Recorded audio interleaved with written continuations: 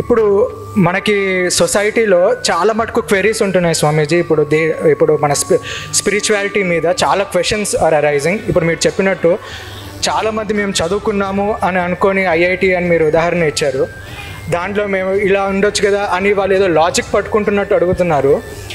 So నా question ఏంటంటే, మీకు ఇప్పుడు ఇలాంటి చాలా మటుకు ఇప్పుడు మన సనాతన ధర్మాన్ని ఇప్పుడు చాలా అవేకన్ చేయడానికి చాలా మూవీస్ వస్తున్నాయి. మీలాంటి రివర్డ్ సెయింట్స్ స్వామీజీస్ డిస్క్లోజర్స్ ఇప్పుడు నేను చూస్తూ ఉంటే చాలామంది పిల్లలు ఇలా వచ్చేసి ఇలా మొత్తం ఇలా భజన చేసుకుంటూ ఇలా చూస్తుంటే రియల్లీ ఈ generation is in a safe hands and Sanatana Dharma is not lost, it is with in us, it will recur అని చాలా అద్భుతంగా మాకు తెలుస్తుంది.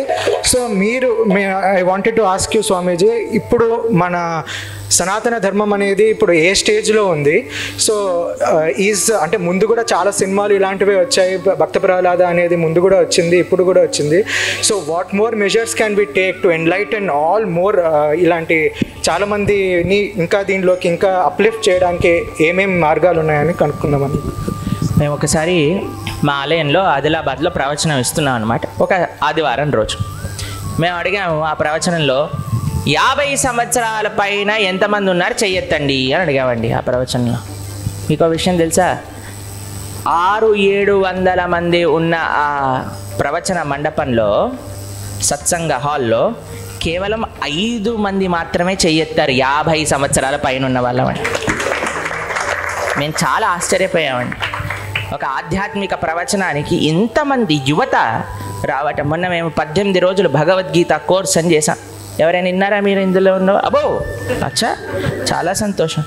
ఆ 18 రోజుల భగవద్గీత కోర్సులో 10,000 మంది 10 సంవత్సరాల లోపు ఉన్న పిల్లలు పార్టిసిపేట్ చేశారు. మేము అనుకున్నాం, ఆశ్చర్యపోయాం మేము, ఎలా పిల్లలు రాగలుగుతున్నారు, వాళ్ళకి ఎలా అర్థం అవుతుంది. ప్రవచనం అయిపోయాక వారు మాట్లాడినప్పుడు చెప్పేవారు, ప్రభుజీ అసలు మాకు మొత్తం తత్వం అర్థమైపోయిందండి అని. అంటే ఏం అర్థమైందిరా అనేసరికి వాళ్ళు ఎక్స్ప్లెయిన్ చేసేసరికి మేము ఆశ్చర్యపోయాం అన్నమాట. మాకు అనిపించింది, ఈరోజు పిల్లలకి ఇంట్రెస్ట్ లేదు అనేది అబద్ధం. మీకు ఆ విషయం చెప్పనా అండి, ఇంతకు ముందు ఉండే జనరేషన్స్ కంటే ఈ జనరేషన్ పిల్లలు మోస్ట్ ఇంటెలిజెంట్.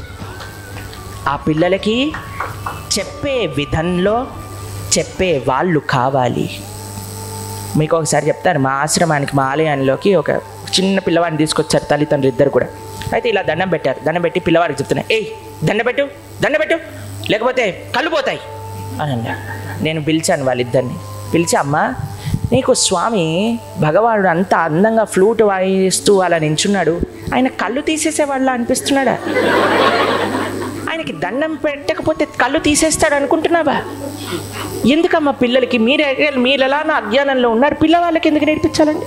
కళ్ళు పోతాయి అంటుంది. కళ్ళు పోతాయి కాదమ్మా, భగవంతుడు కళ్ళు తీసేసేవాడు కాదు, లేనివాడికి కూడా కళ్ళు ఇచ్చేవాడు భగవాన్. కాబట్టి ఈరోజు సమాజంలో మనకి కావాల్సినది అత్యంత ముఖ్యంగా సనాతన ధర్మము ఇంకా మళ్ళీ జనరేషన్స్లోకి ముందుకెళ్ళాలి అనంటే తల్లిదండ్రులు ఆధ్యాత్మిక గురించి నేర్చుకోవాలి. ఎప్పుడైతే వాళ్ళు నేర్చుకుంటారో పిల్లలకి చెప్పగలుగుతారు. ఈరోజు జనరేషన్ ఎలా ఉంది అంటే, మీరు రీజన్ చెప్పండి వాళ్ళు ఏమీ చెయ్యరు. ఫస్ట్ నువ్వు నాకు రీజన్ చెప్పు ఎందుకు చెయ్యాలో, దాని తర్వాత నేను చేస్తాను. మనం కానీ కరెక్ట్ వాడికి అండర్స్టాండ్ అయ్యే విధంగా, వాళ్ళు కన్విన్స్ అయ్యే విధంగా రీజన్ చెప్తే వాళ్ళు ఎన్నటికీ వదిలేయరండి. కాబట్టి ఫస్ట్ మనం తెలుసుకోవాలి. మనం ఎప్పుడైతే తెలుసుకుంటామో అప్పుడు దాన్ని నెక్స్ట్ జనరేషన్కి పాస్ చేయొచ్చు. ఒకసారి ఒక ఆవిడ కూతురు పెళ్లి చేస్తుందటండి. కూతురు పెళ్లి చేస్తూ ఉంటే పిండి వంటలు అన్నీ చేస్తారు కదా పెళ్ళిళ్ళల్లో, మన ఇవ్వడానికి అందరికి కూడా. ఒక పిల్ల వచ్చి తింటూ ఉందటండి. అయితే వాళ్ళ అమ్మ ఏం చేసిందట, ఒరే వాళ్ళ ఇంట్లో పని చేసేవాడికి చెప్పిందట, ఒక గంప తీసుకొని రారా, గంప తీసుకొని ఒక బిందె నీళ్ళ బిందె తీసుకొని రా అని ఆ పిల్లిని పట్టుకొని ఆ పిల్లి పైన గంప బోర్లేసి దానిపైన ఒక నీళ్ళ బిందె పెట్టిందటండి. ఎప్పటి వరకు పెళ్ళి అయిపోయి ఈ సామాన్లని పనిచేసేయాలి. కూతురు పెళ్లి చేసింది కదండి, ఆ కూతురికి ఇంకో కూతురు పెళ్లి పుట్టిందట, ఆ కూతురు పెళ్లి చేస్తుందటండి. సామాన్లన్నీ లిస్ట్ రాస్తుందట, తోరణాలు, కుంకుమ, పసుపు, గాజులు, పిల్లి, గంప, నీళ్ళ బింద అని రాసిందట. పిల్లి, గంప, నీళ్ళ బింద ఎందుకండి అంటే, మా అమ్మ మా పెళ్లిలో కూడా ఒక పిల్లిని పట్టుకొని గంప వేసి దానిపైన నీళ్ళ బింద పెట్టింది అని అన్నదట. అలా మనం కూడా చేసేస్తున్నామండి. ఎందుకు చేస్తున్నావు? మా ఇంట్లో ఇలా చేస్తారు. ఎందుకు చేస్తున్నావు? మా అత్తమ్మ ఇలా చెప్పింది. ఎందుకు చేస్తున్నావు? మా పుట్టింట్లో ఇలా చేస్తారు. దీనివల్ల పిల్లలు ఆచరించరండి.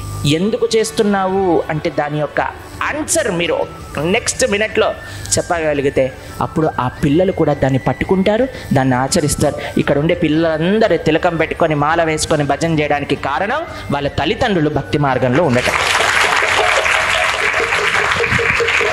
ఈరోజు మన డాక్టర్ గారు కూడా భక్తి మార్గంలోకి రావడానికి వారి నాన్నగారు చక్కటి భక్తులు కాబట్టి చక్కగా వీరు కూడా భక్తి మార్గంలోకి వచ్చారు. కాబట్టి తల్లిదండ్రులకి జ్ఞానం అనేది ముఖ్యంగా ఇంపార్టెంట్. అందరు నన్ను అడుగుతారు, ప్రభుజీ పిల్లలకి ఏదైనా ప్రోగ్రామ్ ఉందా? ప్రభుజీ పిల్లలకి ఏదైనా ప్రోగ్రామ్ ఉందా అంటే పిల్లలకి ప్రోగ్రామ్ ఉంది, మీకు ప్రోగ్రామ్ ఉంది. ఫస్ట్ మీరు జాయిన్ అవ్వండి, పిల్లల్ని జాయిన్ చేయండి.